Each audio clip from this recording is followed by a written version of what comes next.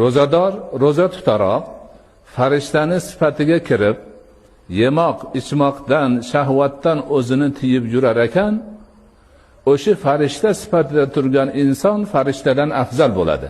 Nima uchun? Farishtalarga Alloh taolo yeyish istagini bermagan. Yeyishga hojatmand qilmagan farishtalarni. İçish istagi yo'q ularda, ichishga hojat yo'q ularni. Shahvatga istak yo'q ularda, shahvatga hojat yo'q ularni.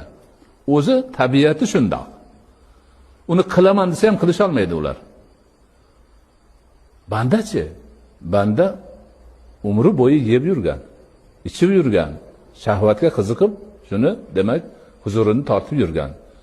Mana shundan o'z ixtiyori bilan o'zini o'zi man qilyapti. Bu demak farishtadan ustunlik.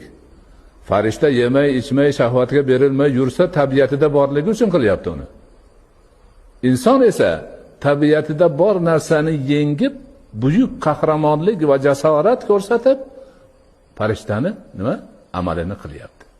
Shuning uchun bunday holatdagi insonlar farishtadan afzal bo'ladi desak, zarracha mubolag'a qilmagan bo'lamiz.